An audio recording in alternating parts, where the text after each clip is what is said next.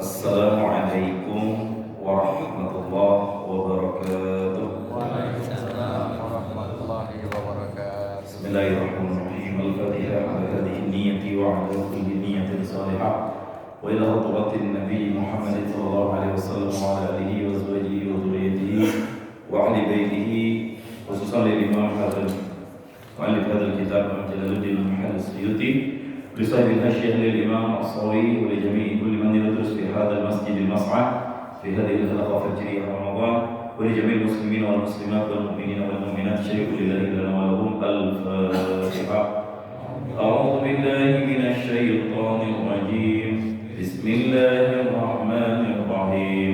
الحمد لله رب العالمين الرحمن الرحيم مالك يوم الدين إياك نعبد وإياك نستعين اهدنا الصراط المستقيم صراط الذين أنعمت عليهم غير المغضوب عليهم ولا الضالين آمين. بسم الله الرحمن الرحيم. اللهم فقهنا في الدين وعلمنا التأويل. قال الله تعالى fi surah At-Takwir. Kita lanjutkan kembali pembahasan surat At-Takwir di akhir-akhir ayat.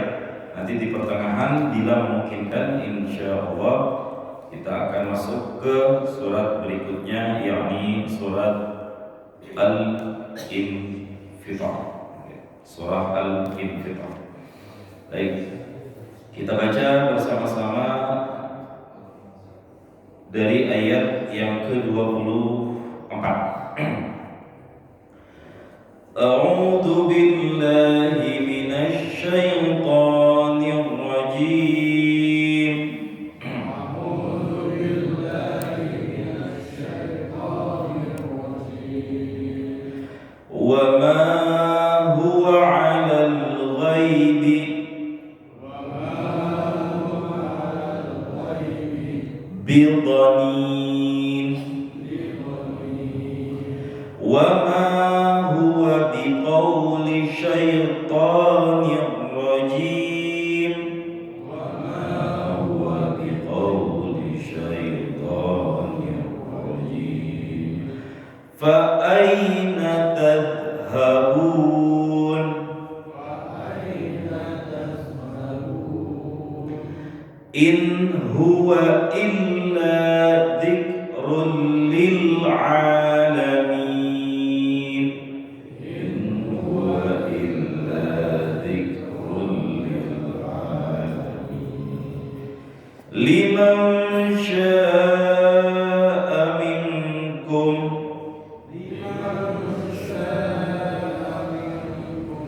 ay yastaqim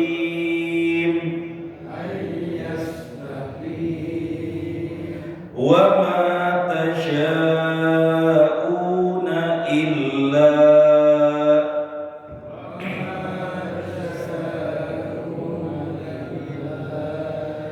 ay yasha Allahu rabbul alamin. Ay yasha Allahu rabbul alamin. Sadaqallahul azim. Akhir ayat Rabbul Alamin 29 ayat yang ke-29. Pembahasan masalah yang sudah kita bahas kemarin dijelaskan bahwa Nabi Muhammad SAW memang sungguh benar-benar telah melihat satu malaikat yang bertugas untuk menghantarkan wahyu, menjadi wasilah dihantarkannya wahyu, yakni Nabi Muhammad, yakni malaikat Jibril alaihi salam. Dan juga tuduhan-tuduhan yang mengatakan karena saking indahnya Al-Quran, karena saking mantapnya kata-kata dalam Al-Quran, sampai-sampai Nabi dituduh kahin, dukun, sahir, penyihir, syu'ara, para penyair. Kalau bahasa kita mah penyanyi-penyanyi influencer yang memiliki kekuatan bersyair. Bahkan ada yang mengatakan Nabi Muhammad SAW itu gila, yang dalam bahasa Arab majnun. Ditegaskan oleh Allah, wa ma sahibukum bimajnun. Sahabatmu yakni Nabi Muhammad bukanlah orang yang gila. Nah, di sini menegaskan tentang peran Jibril alaihi salam dalam menyampaikan wahyu. Apakah malaikat Jibril adalah malaikat yang amanah? Atau mungkin ada ayat-ayat yang disembunyikan dan tidak disampaikan kepada Nabi Muhammad? Ada tuduhan-tuduhan dari orang-orang yang benci terhadap Islam waktu itu dengan tuduhan yang seperti itu. Maka turunlah ayat ini sebagai bantahan dan jawaban atas tuduhan-tuduhan tersebut. Kita baca kata per kata di ayat yang ke-24. Wa ma huwa, dan ma huwa, bukanlah atau tidaklah. Ma itu banyak arti. Kalau ma mausul diterjemahkan sesuatu, barang, apa-apa. Kalau ma istifham artinya apa, tapi harus bertanya. Kalau ma nafi artinya tidak. Semua huruf ma mesti ada salah satu faedah dari huruf-huruf tadi. Wa ma huwa 'alal ghaibi bidhanin. Ma di sini ma apa? Jawabannya sama dengan ayat yang ke-22.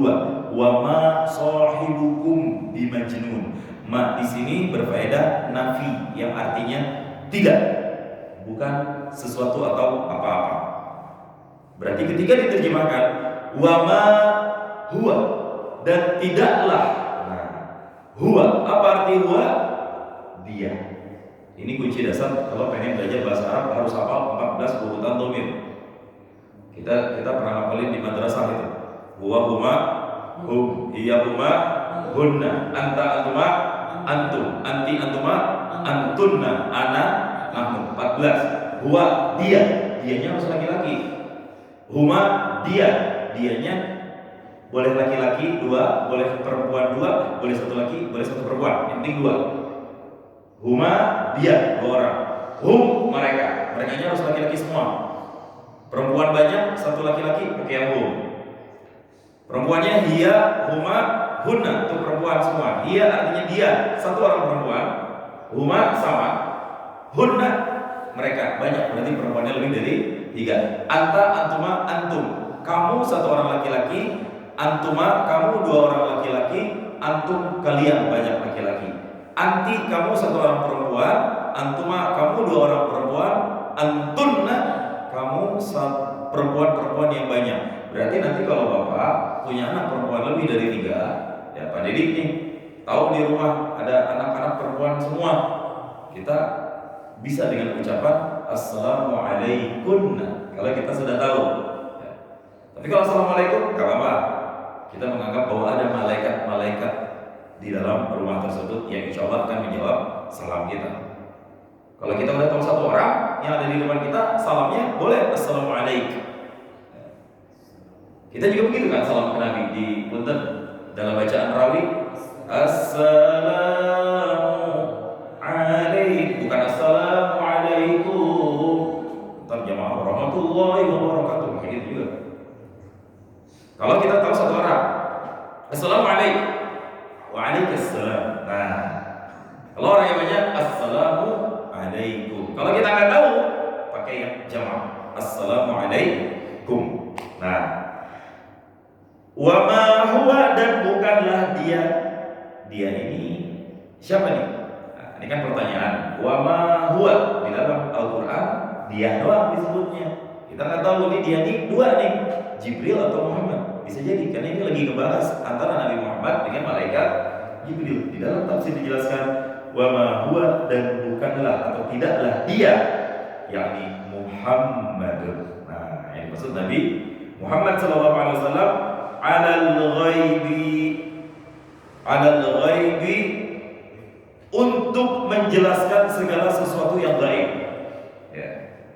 Apa sih yang dimaksud alal ghaibi? Ma ghaba minal wahyi wa khabaris samai. tidak sekali-kali menyimpan, menyembunyikan, tidak menampakkan wahyu-wahyu yang Allah berikan, wa khabaris sama, dan berita-berita langit yang Allah Subhanahu wa taala kirimkan. Apa Nabi Muhammad? Tidak apa? Bidhanin. Tidaklah Nabi Muhammad itu dengan dhanin. Apa arti dhanin? Bimuttahamin, menjadi orang yang tertuduh. Tertuduh apa? Wa fi qira'atin bidhad. Dalam ayat qiraat yang lain, bidhad ay bibakhilin. Arti dhanin adalah bakhil. Apa itu bakhil? Medik, korek, tutgasir, borok. Borok sikut enggak? Nah, mereka hesek. Nabi Muhammad itu bukan Nabi yang pelit dengan ayat-ayat yang sudah Allah turunkan daripada urusan-urusan lain. Makanya kerennya Islam. Iman kita mabniyun 'alal ghaibi. Ciri-ciri orang yang bertakwa kepada Allah Subhanahu wa taala,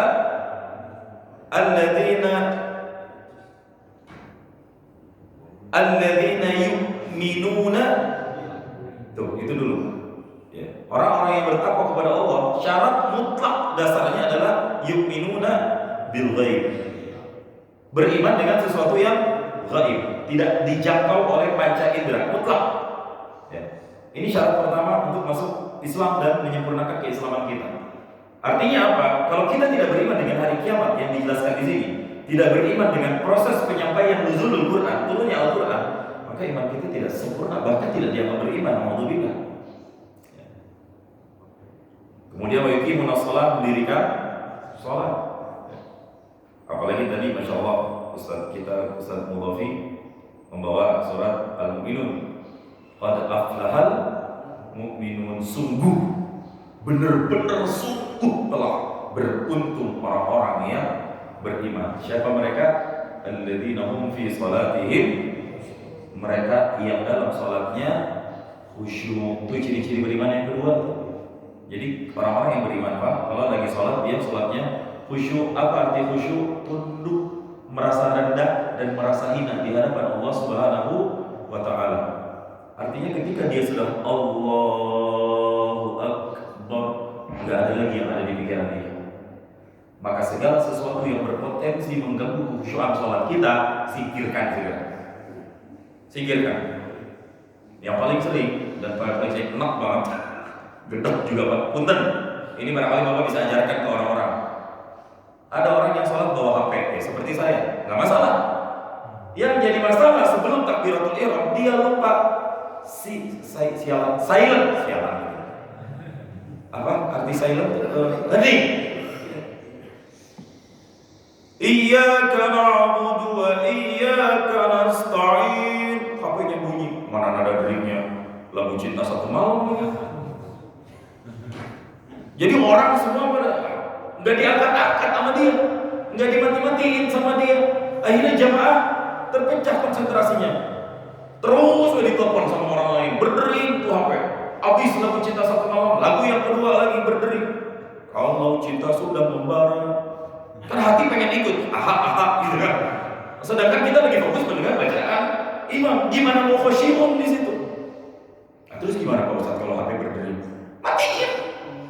Makanya Pak, kalau mau sholat, nih saya nyaranin, yang punya satu HP, dua kacamata, jangan ditaruh di bawah, taruh di kantong. Kalau di bawah mau khusyuk. Apalagi HP kayak saya. Di sini kalau misalnya ada telepon, kelihatan ada deringnya. 02125, wah kolektor ini udah nagih. Kita mau sholat jadi mikirin HP, mau dibalikin, ada logo Real Madrid di sini. Ya udah makin gak bener. Jadi taruh ya di kantong. Yang punya kacamata juga taruh di sini. Kenapa? Takut bocah lewat. Allahu Akbar. Anak-anak jangan-jangan. Ya kacamata aku kinjek, ya kacamata aku kinjek. Nah, akhirnya sholatnya enggak khushu'un. Terus Pak Ustaz gimana kalau misalnya kita lagi sholat, HP kita berdering dan kita lupa mengheningkan sebelumnya, dibikin silent sebelumnya modenya? Ya matiin. Itulah kenapa HP jangan jauh-jauh dari kantong. Ambil langsung, matiin, taruh lagi udah selesai. Lah, boleh. Ada dalilnya? Ada. Dalilnya apa? Kias. Kias apa? Kias kepada Rasulullah SAW dalam keadaan darurat, beliau sholat sambil menggendong cucu beliau. Ada 2 bayi yang pernah digendong sama Rasulullah SAW. Yang pertama itu dalam hadis muttafaqun alaih Bukhari Muslim, namanya Umamah. Ini cucu Rasulullah nih. Umamah bintu Zainab bintu Rasulullah SAW. Cucu Nabi digendong sama Nabi. Batal nggak? Nanti kan contoh Pak. Kita ngikutin Nabi, nggak masalah. Dijelaskan ketika Nabi sujud ditaruh dulu, baru Nabi sujud. Seperti biasa duduk di antara 2 sujud. Ini juga seperti biasa sujud lagi. Pas diri diambil lagi sama Nabi. Itu yang pertama, namanya Umamah. Umamah ini laki-laki, bintu Zainab. Ustaz, kok bintu Zainab sih? Iya, bukannya bin. Awalnya begini, putri Rasulullah yang paling pertama sebelum Fatimah itu namanya Zainab. Ya. Zainab ini menikah sebelum Islam datang dengan Abul As kalau nggak salah namanya. Abul As ini suaminya, iparnya, menantunya Rasulullah SAW. Tapi ketika masuk Islam, dia nggak mau masuk Islam. Akhirnya berpisahlah dengan Zainab. Maka nisbah cucunya dinisbahkan kepada putrinya Rasulullah untuk ikroman, karena nasabnya langsung berjumpa dengan sang ibunda melalui jalur Rasulullah SAW. Tapi kemudian setelah tahun ke berapa, 4 atau 8 Hijriah saya lupa tepatnya, Abu As ini masuk Islam lagi, dinikahkan kembali oleh Rasulullah SAW. Itu yang pertama tuh, Umamah. Itu cucu Nabi yang digendong. Itu dalam keadaan darurat boleh. Yang penting gerakannya jangan berlebihan. Gendong aja biasanya, nggak usah digini-gini. Emang sholat nggak boleh bergerak. Dalam sholat ada ilmunya. Pertama gerakan wajib. Apa gerakan wajib? Sunnah dan rukunnya. Sujud, ruku, tidak. Itu semuanya gerakan wajib yang kalau mau dilaksanakan bakal sholat kita. Yang kedua, gerakan-gerakan yang sifatnya makruh. Apa itu gerakan yang tidak perlu? Contohnya ngeretakin kepala, Allahu Akbar, Bismillahirrahmanirrahim. Itu makruh. Bahkan kalau berlebihan, itu bisa jadi batal. Kemudian ada gerakan-gerakan sholat yang dianggap haram untuk dilakukan. Apa? Di luar rukun itu. Ya. Contohnya 3 kali bergerak secara berurut-urutan di nipsol. Anggota-anggota persendian besar. Kalau persendian kecil seperti jemari ini nggak apa-apa. Ya. Yang terakhir gerakan yang dianggap boleh meskipun berlebihan. Itu ada di dalam bab sholat khauf. Sholat sambil lari, sholat sambil terbang, sholat sambil bawa motor, nggak apa-apa. Namanya sholat khauf. Kita lagi sholat dikejar maling, kita lagi sholat ada gempa bumi, kita keluar dari masjid langsung kabur sholat di luar. Sambil melihat kiri kanan, yang penting hati tidak memutus untuk sholat. Gerakan di dalam hati aja kalau emang nggak bisa. Nah, itu ilmu fikih. Intinya apa? Orang-orang beriman dalam keadaan apapun tidak memutus sholatnya. Khasyi'un di situ. Ya, karena iman ini menjadi syarat kita untuk sah atau tidaknya, diterima atau tidaknya amal kita di hadapan Allah Subhanahu wa taala, yang salah satunya wa ma huwa 'alal ghaib. Ini harus ada perkara-perkara gaib yang kita imani, di antaranya proses turunnya wahyu. Nah, kesimpulan dari ayat 34 ini, Nabi Muhammad SAW tidak pernah menyembunyikan apapun ayat yang Allah berikan, bahkan mengurang-uranginya. Fayattaqishu syai'an minhu, sehingga nanti ada tuduhan kurang ayat-ayat Allah Subhanahu wa taala. Tidak. Kemudian ayat berikutnya, wa ma huwa biqauli syaitanir rajim. Wa maknya ini sama dengan mak sebelumnya, manafi, diterjemahkan tidak. Wa ma huwa, dan tidaklah dia. Nah, dianya ini apa? Kalau tadi dianya Nabi Muhammad. Huwa yang berikutnya nih di ayat yang ke 25 Ini kemana kembali kata-kata huwa? Dia. Di dalam tafsir dijelaskan ai Al-Qur'an. Tuh pentingnya ngaji tafsir di sini. Kalau kita nggak tahu kembalinya kemana, mabuli. Ini baliknya ke Jibril, ke malaikat, ke Nabi Muhammad, atau ke Ghaib. Oh, ternyata di dalam tafsir untuk membantu memudahkan kita dijelaskan wa ma huwa ai Al-Qur'an. Artinya bukanlah dia Al-Qur'an biqauli syaitanir rajim. Itu perkataan syaitan ar-rajim yang terkutuk. Nah, apa maksudnya syaitan? Mustarqis sam'i, curian pendengaran. Wow, curian pendengaran. Karena memang ada nggak sih yang mencuri-curi kabar dari langit? Ada. Itu tuh tugasnya jin, Pak. Jin itu kerjasama dengan para penyihir. Nah, di dalam tafsir dijelaskan nanti di ayat yang berikutnya. Nah, enggak bibakhil fala yaqulu bihi alaikum bal yukhbirukum bihi ala tawqi ma amara. Malaikat dan Nabi Muhammad itu tidak pernah pelit kepada kalian, justru selalu mengabarkan apa yang Allah perintahkan. Wala yaqtumuhu kama yaqtumul kahinu. Nah, di sini. Dan Nabi tidak pernah menyembunyikan sesuatu seperti dukun menyembunyikan ma'indahu, sesuatu yang ada di sisinya. Jadi bedanya dukun dengan ruqyah itu di situ. Kalau ruqyah ayatnya harus jelas. Saya sudah sampaikan ini di pertemuan yang ke-11 kemarin ya. Kalau ruqyah ayatnya harus dibaca. Ya. Siapa di sini yang merasa kesetanan mulu atau kesurupan mulu? Bacakan. Bacakan ayat-ayat ruqyah. Dan itu nggak usah disembunyiin. Tapi kalau kita pergi ke dukun,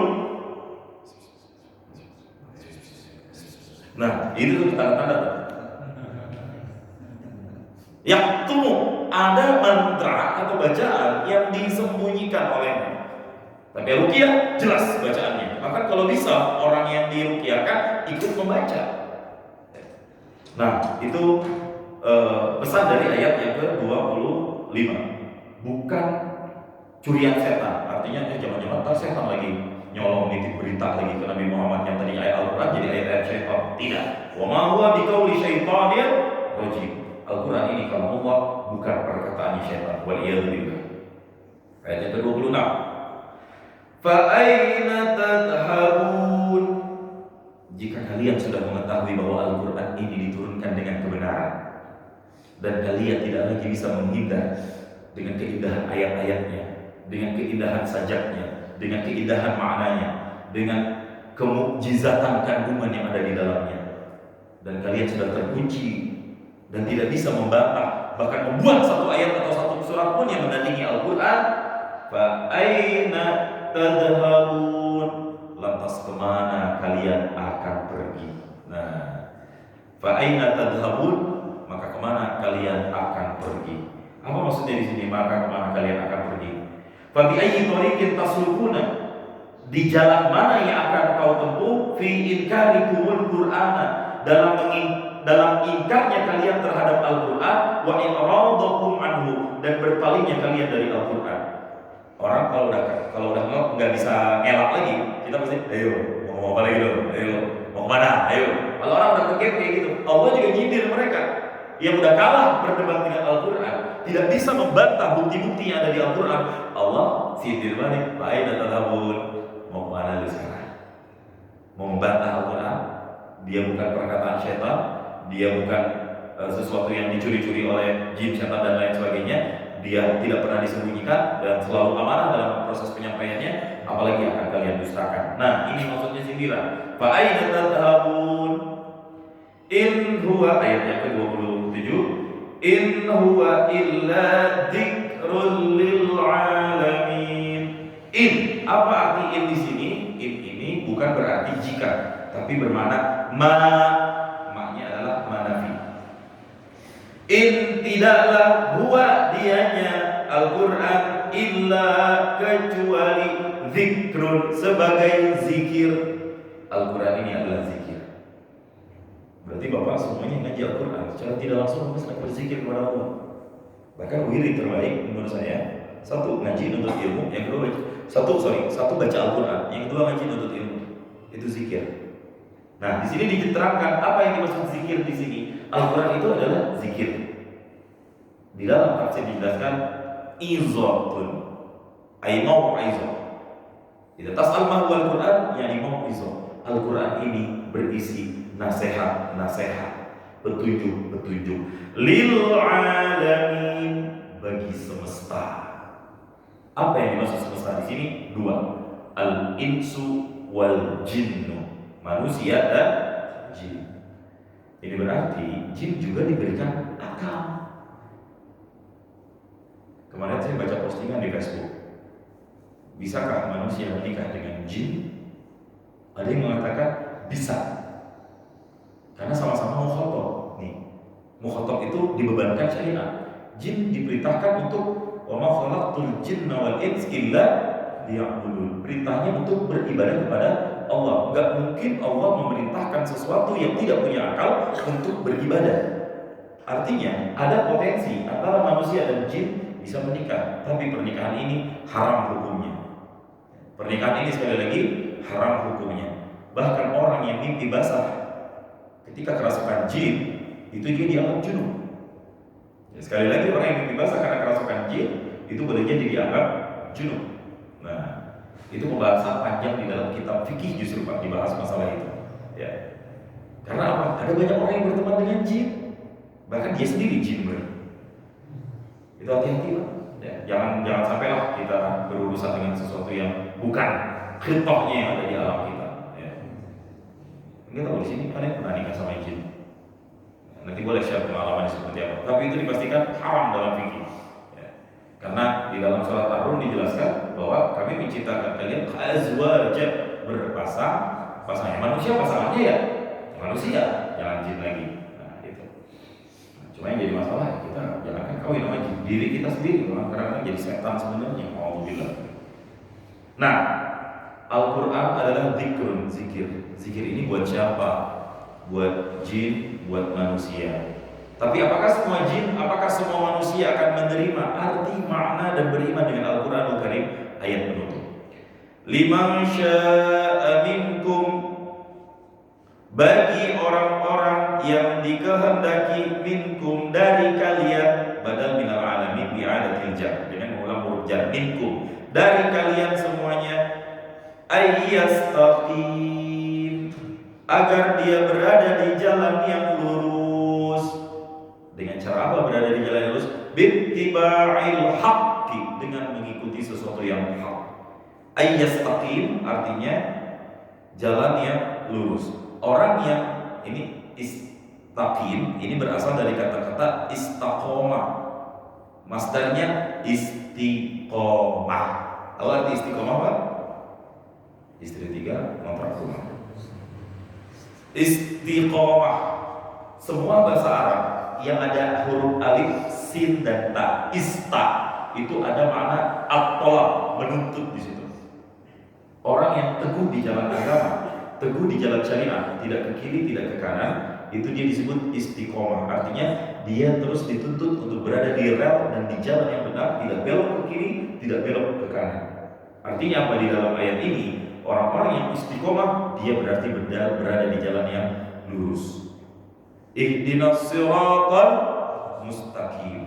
Orang yang udah ada di jalan yang lurus sama dengan dia adalah orang yang istiqomah. Nah, itu. Tasrifnya istaqoma yastaqimu istiqomatan wa mustaqoman fa huwa mustaqimun. Wa dzaka mustaqamun istaqim. Ya. Istaqim la tastaqim, mustaqamun mustaqamun, jalan yang lurus. Dan orang yang ada di jalan yang lurus, dia adalah orang-orang yang istiqomah. Ya. Wa ma tasyauna illa an yasha Allahu rabbul alamin. Ayat 29, ayat penutup. Wa ma tasyauna, dan kamu tidaklah dapat menghendaki, illa kecuali ayyasha Allah, apabila Allah juga berkehendak.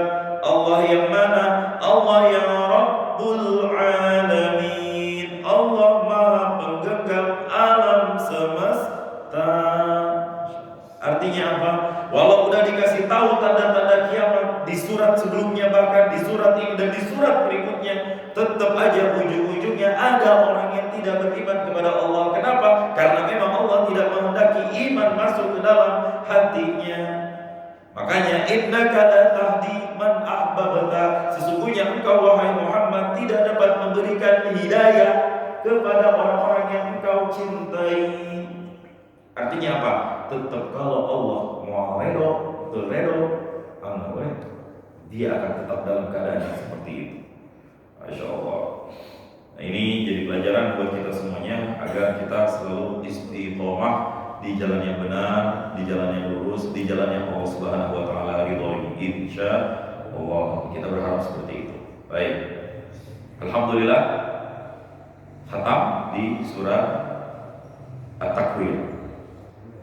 Berikutnya kita akan sedikit menyinggung, mungkin tidak terlalu banyak, cukup 3 ayat saja di surat Al-Infitar. Surat Al-Infitar ini terdiri dari 19 ayat, kurang 10 ayat dari ayat sebelumnya. Apa arti Al-Infitar? Arti surat Al-Infitar itu Al-Insyiqaq sama maknanya, terbelah. Infitar artinya terbelah. Nah, ini ada di surat yang ke-82. Ini masih sedikit melanjutkan pembahasan tentang masalah hari kiamat. Di ayat 1 dan ayat 5 masih penjelasan tentang huru hara hari kiamat. Nanti di ayat 6 dan ayat yang ke sampai dengan 8 ini adalah teguran untuk manusia yang lalai kepada Allah. Dari ayat 9 sampai ayat ke-12 penegasan Allah Subhanahu wa taala tentang orang yang mengingkari adanya hari pembalasan dan bahwa semua amal-amal kita nanti akan dicatat oleh malaikat-malaikat yang disebut dengan kiraman katibin. Ayat 13 sampai 16 ini berbicara tentang penegasan balasan antara orang-orang yang beriman dan tidak beriman kepada Allah, dan ayat 17 19 di sini adalah retorika pertanyaan dari Allah Subhanahu wa taala bahwa nanti segala urusan semuanya mutlak hanya milik Allah Subhanahu wa taala dan tidak ada yang bisa mengganggu apapun yang sudah Allah kehendaki. Ini sedikit gambaran tentang surah Al-Infitar. Alhamdulillah ayat demi ayat sudah kita baca dan kita cari keberkahannya di sini di bulan Ramadan ini insyaallah Quran. Baik. Makkiyah, surat ini adalah surat Makkiyah. Wa ayat itu asyarata ayatan, 19 ayat. Kita baca bersama-sama 3 ayat yang pertama saja.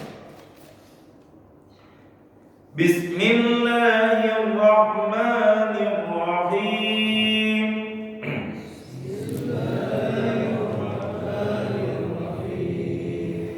Idzas samaa'u fatarat.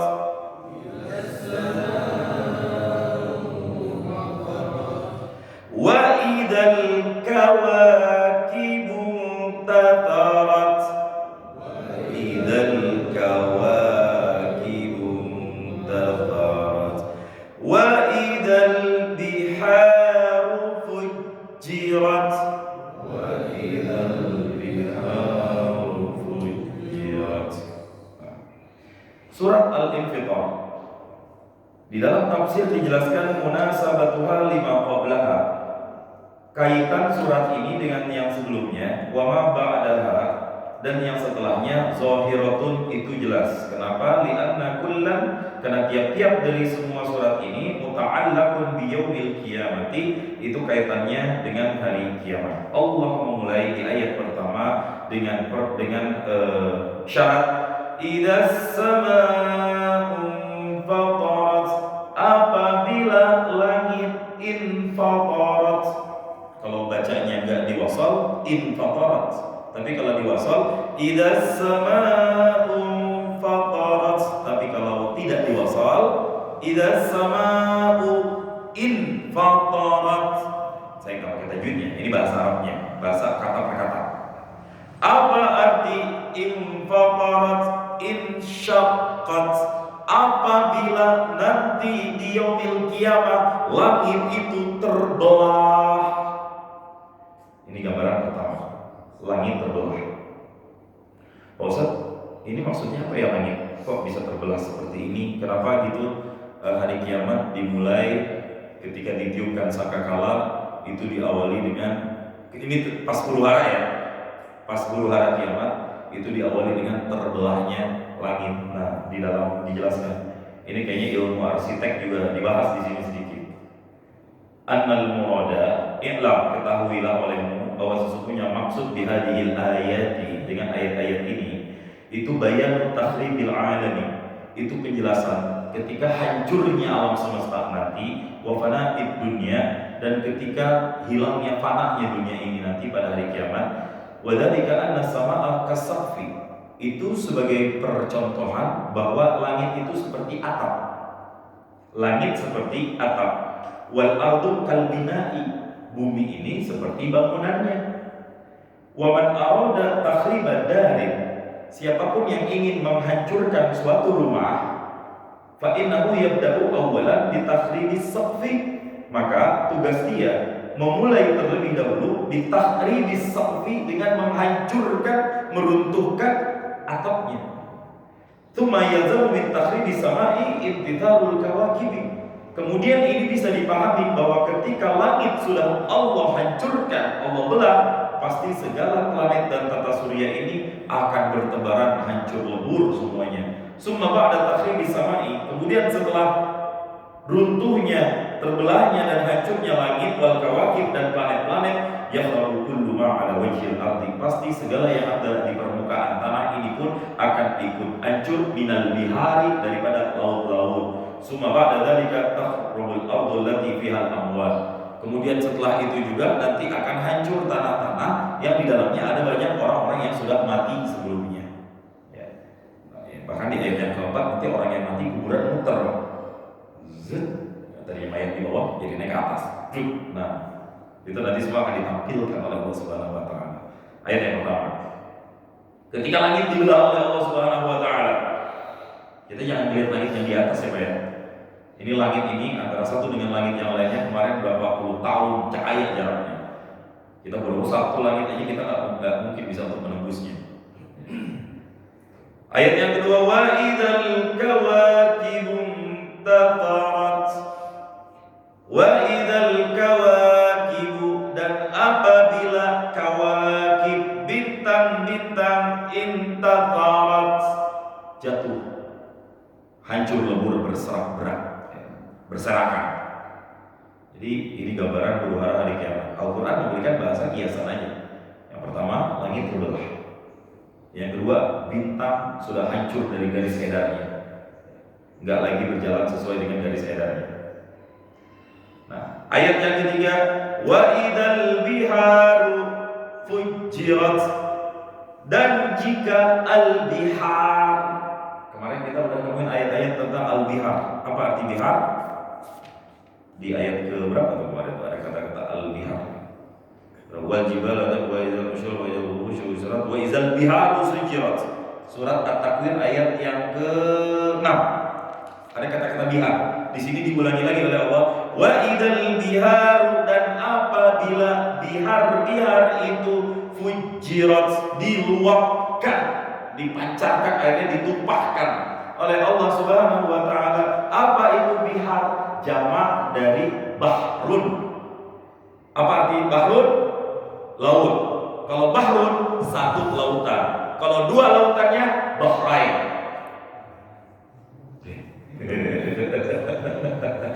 Jadi ingat sesuatu saya di sini. Aduh. Ini benar, Pak. Kenapa dinamakan negara Bahrain? Karena arti Bahrain dua lautan. Apa yang dimaksud dua lautan di sana? Diambil dari asal muasalnya ada laut di pinggir pantai Bahrain itu, ada banyak mata air yang muncul, kemudian bergerak ke laut. Sebagian lautnya ada yang laut tawar, ada yang laut asin. Bertemulah di situ dua lautan. Bahasa Arabnya Bahrain. Harusnya 2-0. Bentar, ini cocokologi ya. Jangan diserahkan ke sana ke sini. Gendak juga sih saya, 3-2 harusnya itu. Itu, ini cocok banget nih.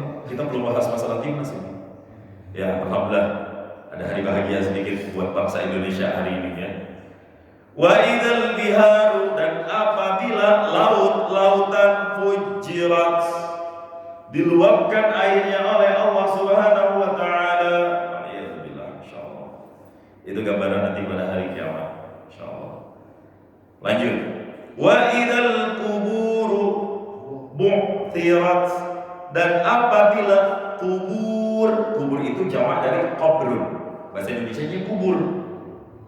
Jamak kubur itu bahasa Arab jamak, artinya kuburannya banyak.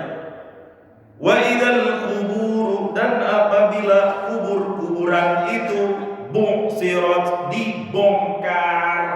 Nah, nanti kuburan semuanya akan terbongkar oleh Allah Subhanahu wa taala, ya, karena hari kiamat sudah terjadi. Mayat-mayat yang ada di dalam kubur semuanya akan berterbangan entah kemana.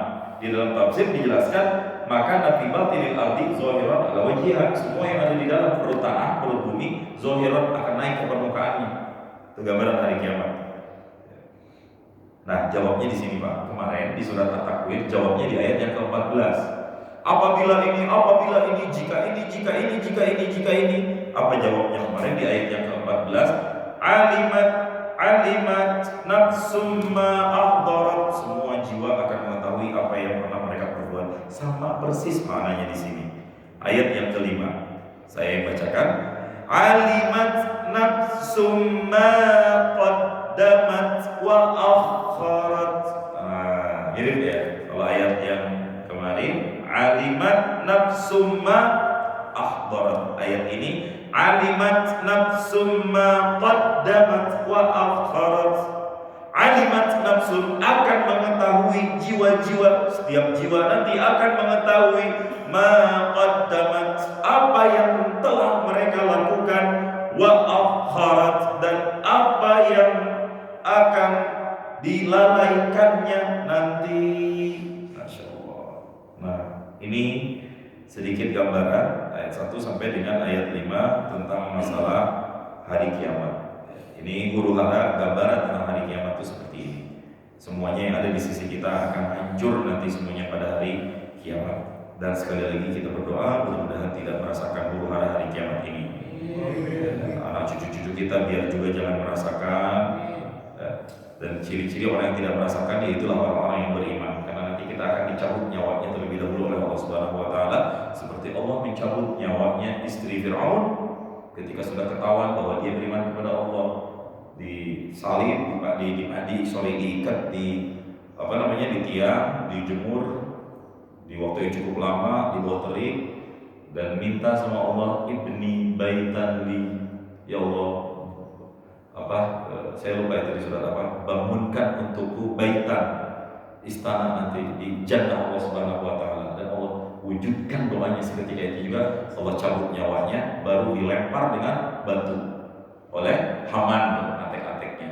Begitu udah dilempar, itu sudah dalam posisi tidak ada lagi nyawanya, dan dia sudah menghadap Allah Subhanahu wa taala. Masya Allah. Nah, itu dijelaskan juga ya Pak ya, masalah kubur di sini.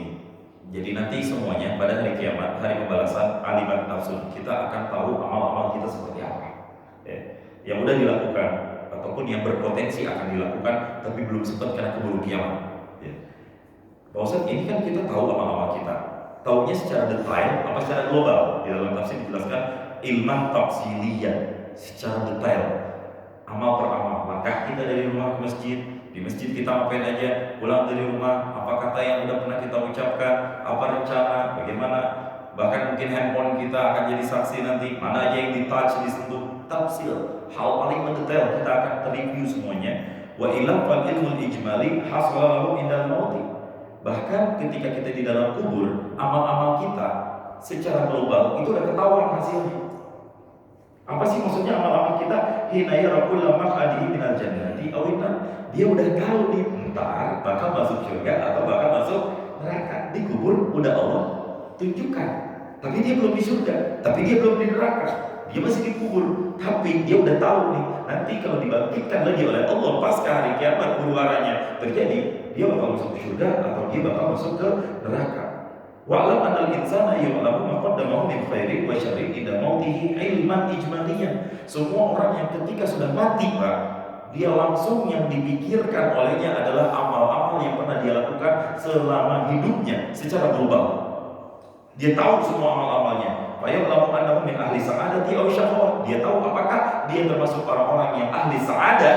Apa itu sa'adah? Kebahagiaan, bukan musola. Ada musola sa'adah, musola kebahagiaan gitu maksudnya. As-sa'adah kebahagiaan, aw syaqwah lawannya syaqwah atau kesengsaraan, kecelakaan, keburukan. Fa idza mu'ita wa qara'a sahifatahu alima dzalika tafsiliyan. Nanti kalau udah dibangkitkan, dihisab, dia akan tahu secara detail amal-amalnya. Jadi kuburan itu adalah preview. Kita akan masuk surga atau kita akan masuk neraka, semua terlihat di kubur nanti. Ya, mudah-mudahan min ahlil jannah insyaallah. Ada pertanyaan sampai sini? Pak Yanto. Saya itu punya tangga, dia itu seolah-olah orang yang ketempelan jin. Dia agama Islam juga. Itu hukumnya gimana? Ya, diobatin aja. Tinggal diruqyah aja. Jadi dia itu kalau dia ketempelan jin, dia dipanggil. Tapi dia ditanya dulu, kamu minta apa? Kamu minta sajin itu. Ya. Tapi kalau dia dituruti, disuruh pergi, ya kamu dituruti. Pak, baik. Saya Pak Yanto sering menghadapi orang-orang yang kesurupan di keluarga saya sendiri. Bibi-bibi saya itu langganan kesurupan. Dia nggak bisa bahasa Arab. Pas masuk setan Arab, jadi jago bahasa Arab, Pak. Sama saya ngomong bahasa Arab. Masa lu nggak bisa bahasa Arab, tante? Kok jadi ngomong bahasa Arab? Pas masuk jin Cina, jadi jago bahasa Cina. Itu kalau ada Google Translate bisa itu bener itu. Nggak ngerti juga gitu ya. Dan kadang-kadang mintanya juga yang aneh-aneh sama. Minta tembakau, minta juga rokok kaum, rokok kaum. Tapi kita nggak pernah turutin. Ya kalau masuk aja iseng gitu. Gimana cara ngilanginnya? Azanin di kuping kanannya. Allahu Akbar, Allahu Akbar. 100% panas. Yang udah pernah saya lakukan. Ya. Pak Ustadz, saya pernah ajak. Terus, tapi dia nggak panas-panas. Ente-nya bermasalah, jinnya di ente masalahnya. Oh, enggak, lu kan jin teman gua, mau bakal panas atau jinnya kayak gitu. Itu satu, diajarin aja Pak. Itu kunci dasarnya ada. Itu masyru', itu termasuk syariat. Orang yang kerasukan setan bisa diazankan. Tapi kadang-kadang ada jin yang baik juga. Ya, ada jin yang baik ngajarin, nasihatin, tolong bilangin ke orang ini, jangan lagi berbuat ini. Tuh, udah. Tapi kadang-kadang ada yang buka aib. Saya utusannya Abi Sohib kan. Saya diutus untuk menggoda Pak Yanto. Itu setan tuh, padahal Abi kan yang buruk biasa-biasa aja misalnya. Nah itu bisa jadi jin yang gak benar. Di pesantren banyak kasus kesurupan santri putri terutama. Udah diobatin, Allahu Akbar, Allahu Akbar, gak mempan. Datang kiai sama bunyai. Udah, ustaz semuanya pengurus pulang, bukan pulang, keluar. Akhirnya kiai sama bunyai yang meruqyah. Mau pulang ya? Iya, besok pulang ya. Iya, udah sembuh. Ternyata kagak betah di pesantren. Itu kan macam model orang. Jadi kalau suatu saat ada orang yang bisa ngobatin orang kesurupan, bagus. Dia udah punya kunci dasarnya. Dan setiap kita bisa. Kunci dasarnya satu, saya sampaikan, azanin telinganya. Ya, telinga yang kanannya diazankan. Kalau udah nggak mempan, baca ayat kursinya lagi terus, ulang terus. Insya Allah. Yang penting kita jangan dikalahkan sama dia, keluar dengan sendirinya. Ya, saya bukan ahli ruqyah juga, tapi yang pernah kita pelajari dari kitab-kitab di pesantren seperti itu. Kunci yang paling kuat untuk mengobati orang kesurupan, diazankan telinganya. Ya. Makanya syaitan ketika azan suruh, bagian Allah, mereka panas sudah bubar, nyerah semuanya. Orang-orang pergi ke masjid semuanya. Insya Allah. Itu, betul. Jadi nggak masalah, bukan aib bagi orang tersebut. Ada lagi? Itu lagi Ustaz. Ya. Masalah kubur tadi. Masalah kubur. Berapa lama kita tinggal di kubur itu? Berapa lama kita tinggal di kubur sampai hari kiamat tiba? Sampai hari kiamat tiba. Saya sudah sampaikan kemarin. Orang-orang di dalam kubur terbagi dua. Ada orang yang minta disegerakan kiamat, ada penghuni kubur yang minta ditunda kiamat. Itu keinginan mereka. Minta disegerakan hari kiamat. Siapa yang meminta? Orang-orang min ahli sa'adah. Orang-orang yang suka berbuat baik selama hidup di dunia, dia minta kepada Allah agar disegerakan hari kiamat. Jangan ditunda-tunda. Kenapa? Enggak sabar. Dia udah melihat nikmat kubur aja seindah dan senikmat ini, apalagi dengan nikmat di surga. Itu kalau dia min ahli sa'adah, min ahli khair. Tapi yang jadi masalah kalau dia min ahli syaqawah, orang-orang yang selalu berbuat dusta, selalu berbuat salah, provokator, diam kerok, keonaran, pokoknya ormas-ormas minta THR misalnya dicontoh, yang bikin masyarakat ripuh, min ahli syaqawah, dia minta satu sama Allah, ya Allah tunda hari kiamat. Kenapa? Preview azab, gambaran azab itu udah kelihatan di neraka jahanam atau jahim atau sakor itu seperti apa. Dia minta, ya Allah entar dah hari kiamat, kalau kiamat kita pasti bakal ke neraka urusannya. Sementara kita gak punya anak yang ngedoain kita, anak-anak pada balapan motor, anak-anak pada main judi, nggak ada ketemu yang ngedoain kita. Nah, dia minta stop, ya Allah, jangan ditunda hari, jangan diburu-buruin hari kiamat. Atau dia dapat azab kubur, biarin dia lebih rela bertahan dengan azab kubur meskipun sakit ketimbang harus merasakan sakitnya azab neraka. Fadhuqu falan nazidakum illa azab. Rasakan azab, nggak akan kami tambah selain azab lagi. Karena di neraka serendah-rendahnya azab itu pasti levelnya naik. Azab hari ini levelnya 1%, berikutnya levelnya 2%, berikutnya levelnya 3%, berikutnya levelnya 4%. Jenisnya sama, nerakanya itu juga. Tapi level apinya atau daya siksanya itu terus ditambah oleh Allah Subhanahu wa taala. Alhamdulillah min. Itu di Al-Qur'an di surat Abasa, surat An-Naba kemarin dibahas oleh Allah Subhanahu wa taala. Tapi orang-orang yang beriman, jazaa'an min rabbika ata'an hisaba. Itu semuanya adalah pemberian dari Allah Subhanahu wa taala yang sangat banyak, yang sangat berlimpah. Maka itu ya kita doakan semua orang-orang yang meninggal dunia, kita salatkan. Itu salah satunya adalah membantu mempercepat atau mungkin amal dia 49-50%. Dosanya lebih banyak 1%. Mudah-mudahan dengan doa kita, doa kaum muslimin, doa sholat itu membantu meringankan azab-azab dia. Makanya sunnah ketika imam sholat doanya doa umum, doa umum. Karena kalau doanya pribadi, jemaah bisa nggak suka. Saya nggak suka Pak Ustadz kalau dia jadi imam. Kenapa emang? Dia selalu minta hujan. Saya jualan es kelapa Pak Ustadz, gak laku. Contoh, maka janganlah doa-doa yang sifatnya khusus. Doa umum, Allahumma fir lil muslimina wal muslimat, untuk kebaikan bersama. Walhamdulillahirabbil alamin. Kalau punya hajat pribadi, doa dewekkan. Jadi kalau doa dalam bacaan imam itu doa yang sifatnya umum untuk kebaikan maslahat bersama-sama. Ya. Kalau jamaahnya ada jamaah Bahrain, ada jamaah Indonesia, kan beragu ya Allah menangkanlah timnas Indonesia. Bahrain nggak setuju, haram. Jadi doa sekali lagi untuk yang sifatnya umum, dan itu kebagian ahli kubur juga di situ. Mudah-mudahan yang amalnya ringan, gara-gara dapat tambahan amal dari kaum muslimin, jadi naik levelnya 50%, 50%. Kalau dari 50-50 minimal di titik aman dulu. Insya Allah dengan Bismillah Ar-Rahman dan Ar-Rahimnya Allah nanti, dan dengan ihsannya Allah, ujung-ujungnya bakal Allah masukkan ke dalam surga. Insya Allah. Baik. Ya, barakallahu fikum. A'udzubillahi minasyaitonir rajim. Bismillahirrahmanirrahim. Alhamdulillahirabbil alamin. Hamdan hamdan syakirin hamdan fi na'udika fi mazidah. Ya rabbana alhamdu lakal mulku wa lakal syukru kama yanbaghi li jalali wajhika karim azim sultanik. Allahumma shalli ala sayyidina Muhammad wa ala ali sayyidina Muhammad. Allahumma ahsin akibatana fil umuri kulliha wa ajirna min khizyid dunya wa 'adzabil akhirah. Allahumma innaka 'afuwwun tuhibbul 'afwa fa'fu 'anna.